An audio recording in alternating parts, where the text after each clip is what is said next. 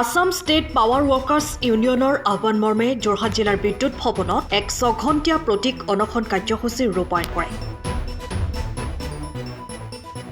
উল্লেখ্য যে 18 তাৰিখে কেইবাটাও দাবী উত্থাপন কৰি বিদ্যুৎ ভৱনত আসাম ষ্টেট পাৱাৰ ৱৰ্কাৰ্ছ ইউনিয়নে ধৰ্ণা কাৰ্যসূচী ৰূপায়ণ কৰাৰ পিছতেই পুনৰ যোৰহাটৰ বিদ্যুৎ ভৱনৰ প্ৰাংগণত বিদ্যুৎ পৰিস্থিতি উন্নতিৰ কাৰণে ৰাজহুৱা খণ্ডৰ উৎপাদন কোম্পানী শক্তিশালী আৰু সম্প্ৰসাৰণ কৰাৰ জৰিয়তে ৰাজ্যখনৰ বিদ্যুৎ উৎপাদন সংবহন আৰু বিতৰণৰ ক্ষেত্ৰত নিৰ্ভৰশীল কৰা তিনিওটা কোম্পানীৰ কৰ্মচাৰীসকলক সময়মতে পদোন্নতি আদায় দিয়া নগদবিহীন চিকিৎসা প্ৰদান কৰা ITI প্ৰশিক্ষণপ্ৰাপ্ত কৰ্মচাৰীসকলক অসম চৰকাৰৰ অধীনস্থ কৰ্মচাৰীসকলৰ দৰে দৰমহা গাঁথনি প্ৰৱৰ্তন কৰা NPSৰ পৰিৱৰ্তে পুৰণি পেঞ্চন নীতি বাহাল ৰখা অস্থায়ী কৰ্মচাৰীসকলৰ চাকৰি নিয়মীয়া কৰাৰ দাবীত আসাম ষ্টেট পাৱাৰ ৱৰ্কাৰ্ছ ইউনিয়নে 6 ঘণ্টীয়া প্ৰতীক অনশন কাৰ্যসূচী গ্ৰহণ কৰে। আসাম ষ্টেট পাৱাৰ ৱৰ্কাৰ্ছ ইউনিয়নৰ যিটো প্ৰতিবাদ কাৰ্যসূচী আজি দ্বিতীয় দিন আমি 12 দফীয়া দাবী চনত লৈ পেলাই আমাৰ আসাম ষ্টেট পাৱাৰ ৱৰ্কাৰ্ছ ইউনিয়নৰ এটা মেনেজমেণ্টক আমি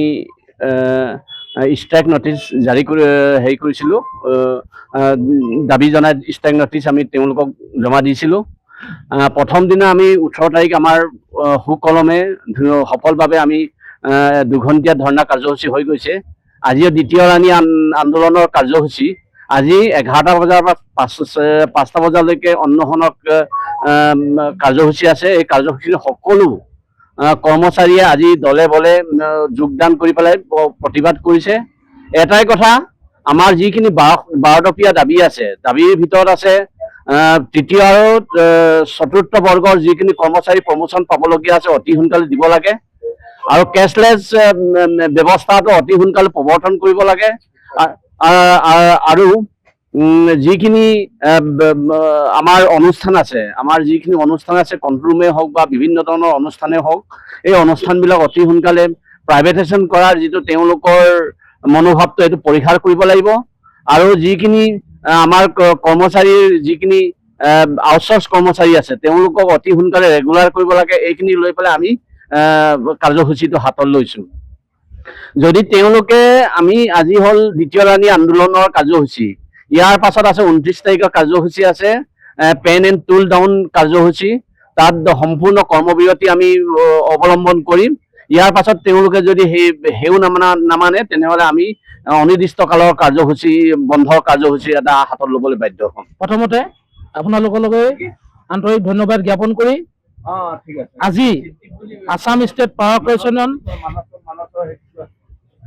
আমাৰ যিটো অসম ৰাজ্যিক বিদ্যুৎ কৰ্মচাৰী সংঘ আজি 6 ঘণ্টীয়া প্ৰতীক অনশন কাৰ্যসূচী আমি হাতত লৈছোঁ। যোৱা 18 তাৰিখে আমি 2 ঘণ্টীয়া যি ধৰ্ণা কাৰ্যসূচী পালন কৰিলোঁ, সফলভাৱে পাৰ হৈ গ'ল। কিন্তু এতিয়ালৈকে আমাৰ দ্বিতীয় কাৰ্যসূচী আজিৰ পৰা আৰম্ভ হৈছে। আমাৰ এই দাবীবিলাক এতিয়ালৈকেও আমাৰ মেনেজমেণ্টে কোনো প্ৰতিক্ৰিয়া প্ৰকাশ কৰা নাই।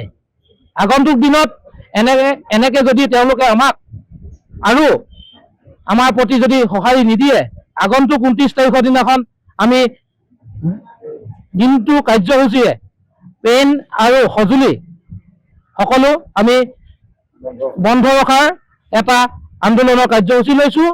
আপোনালোকৰ সংবাদ মাধ্যমৰ জৰিয়তে আমি মেনেজমেণ্টক সকীয়াই দিছোঁ যে অনাগত দিনত তেখেতলোকে আমাৰ এই 12 দফীয়া দাবীবিলাক যদি পূৰণ নকৰে, আগন্তুক দিনত আমাৰ আসাম ষ্টেট পাৱাৰ ৱৰ্কাৰ্ছ ইউনিয়নে অধিক তীব্ৰতৰ আন্দোলন গঢ়ি তুলিব। সময়ৰ খবৰ সময়ত পাবলৈ ফ'ল' কৰক টাইম অফ আসাম।